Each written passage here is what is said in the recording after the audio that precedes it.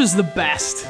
It's also the worst. It makes grown men cheer and gives us our memories that may or may not be true. And that's the thing about nostalgia. Remembering something doesn't make it great. Just because you played it when you were little doesn't mean it was good. You may remember James Pond, but trust me, this is a fish best forgotten.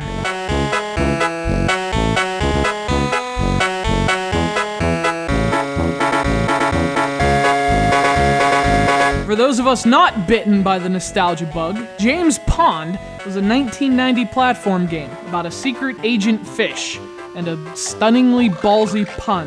It was published by EA for a bunch of consoles in the early 90s. The Genesis, the Amiga, the Acorn Archimedes, whatever the f*** that is.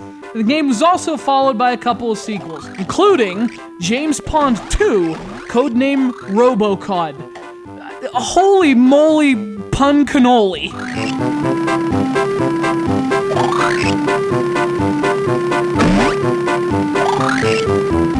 Anyway, that one came to the GBA in 2003. And listen, I'm obviously not very high on this thing, and I'll tell you why.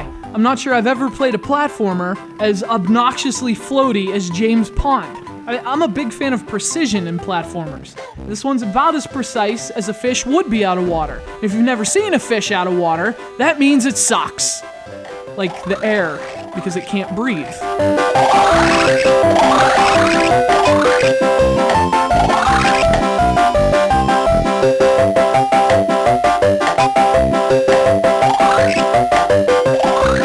Actually, loose controls and floaty mechanics are the least of this game's issues.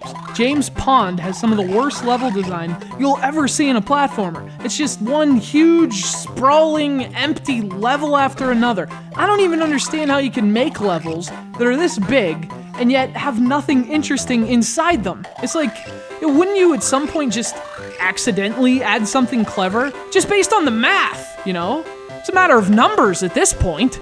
So, what do you actually do? Well, you run around to the extent that you can, you jump on things to the extent that you can actually position yourself, and you collect things. I mean, all things.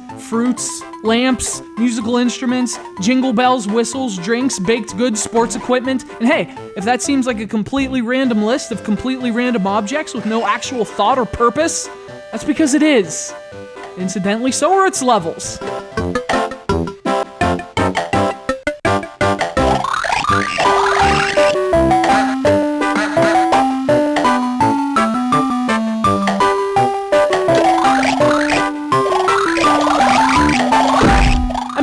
There's just no goal or direction in this game. It's all so thrown together, it feels pointless. There's crap everywhere, and none of it's really that important. The levels are huge, but checkpoints are so infrequent, you're constantly restarting from the beginning of them, which sucks because the levels are huge and boring, which happens a lot because the controls are so bad. It's just one disaster after another. And then there's the music.